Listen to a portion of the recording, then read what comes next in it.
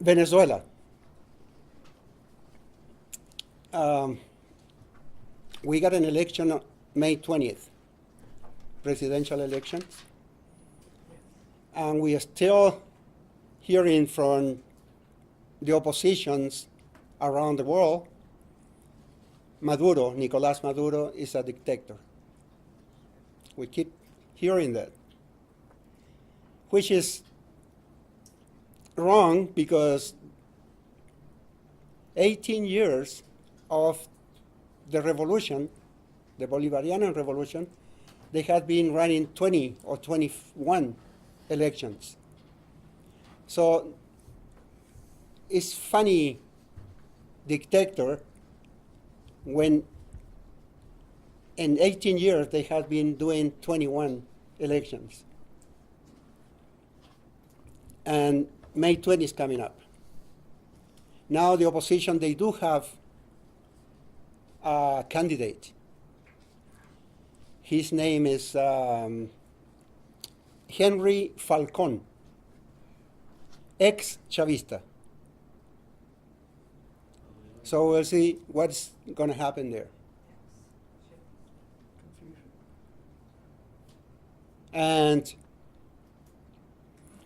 of course, part of the opposition, they still continue on avoiding the elections, especially the imperialist United States, they don't want the elections.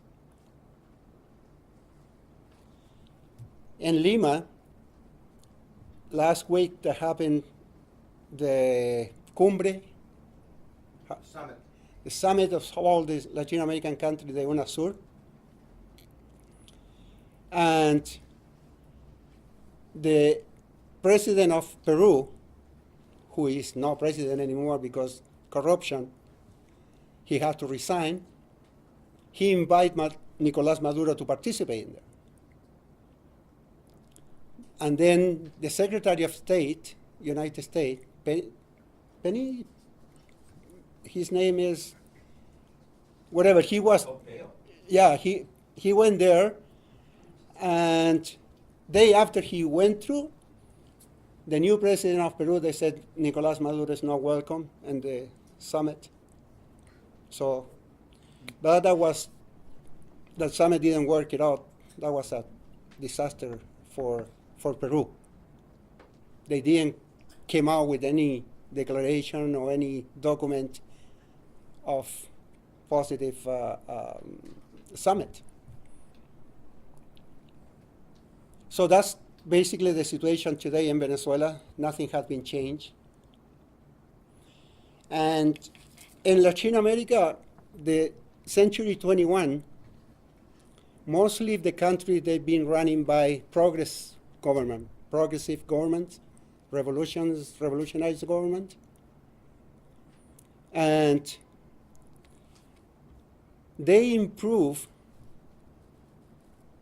the life of the majority of the poor people, very considerable amount of people from, they were talking about 40%. 40% of the poor people, they became middle class. So they said that between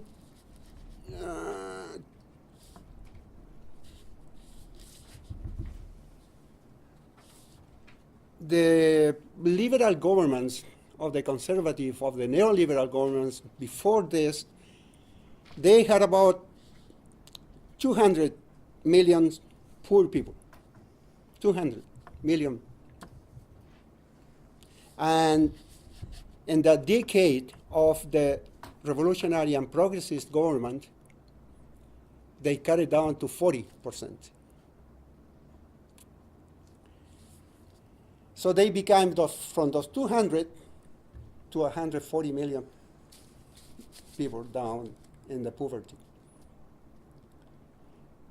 And the question is, why, if it is those governments, they did that well, today we live in a situation where every country is coming back to the neoliberalism. We lost Brazil, Argentina, Paraguay, Peru, Nicaragua is in trouble today. Ecuador is in trouble. Venezuela is in trouble. Bolivia is the only stable country today in that area.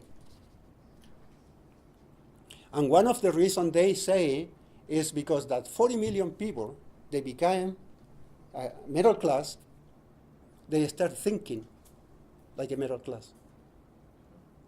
So the social movement and the political parties, they learn that experience of they give you material things, they increase their social life, but they didn't went together with the ideology,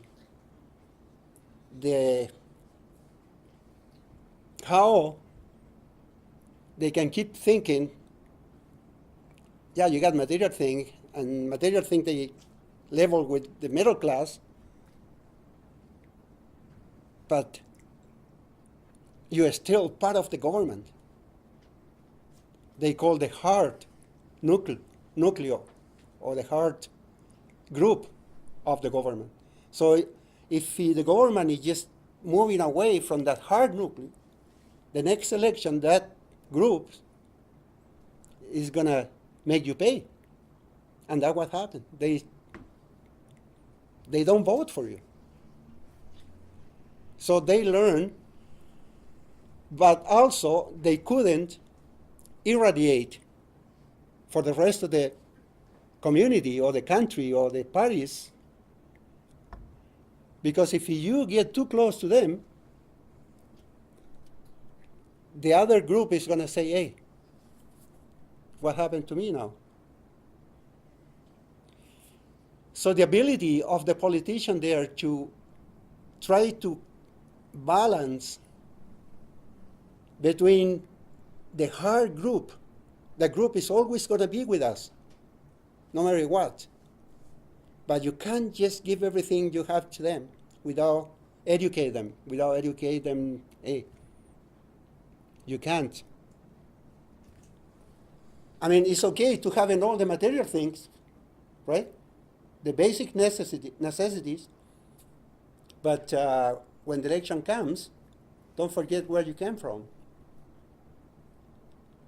And in Bolivia, the stability in Bolivia has been increased. The economy, one of the most stable economy in that area, is because Evo, he had been unified the native people. And the Aboriginal people there, they have some trouble there as well, right? Debating but that's what Evo Morales' strength is. The unification of the Aboriginal people. And of course they had a lot of resources, gas and petroleum, oil, gas. Gas is the strength. And they had been distributing all the extra money, to equal, or trying to be equal. And they had been success. And that is the reason why and they had a vice president, Alvaro Garcia, who is an intellectual. He is no native, but he is one of the interview. They asked him what the vice president should do in order to be a good vice president, and he answered, not to want to be a president. I mean,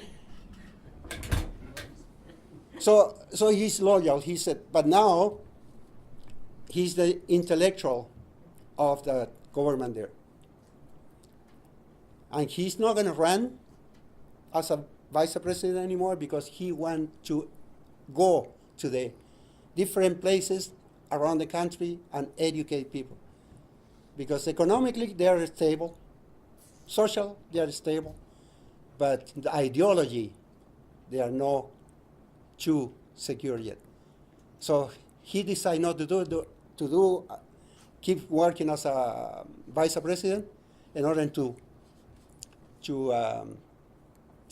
strengthen the ideology of the process in the Bolivian people. And the situation in South America, in Latin America, doesn't look too good. Doesn't look too good, but everybody's talking about the end of the cycle.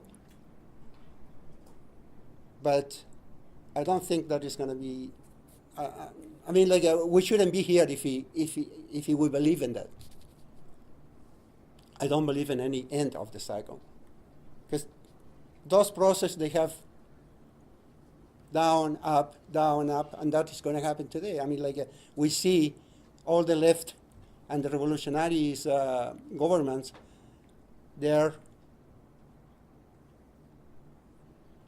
and how they're going to come back from there? Learning from the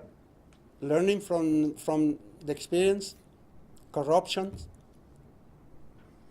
Corruption is number one, because it's going to take decades to recuperate if you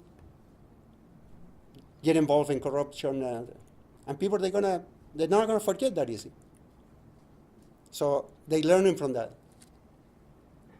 The other one is the faith, the hope, and everything is a movement. We keep movement. We keep waiting for the time for us, and to get it back and don't commit the same mistakes we made it. So basically, that's my idea I want to share with you. And if you got any question, I guess we can just share that with the table. Thank you.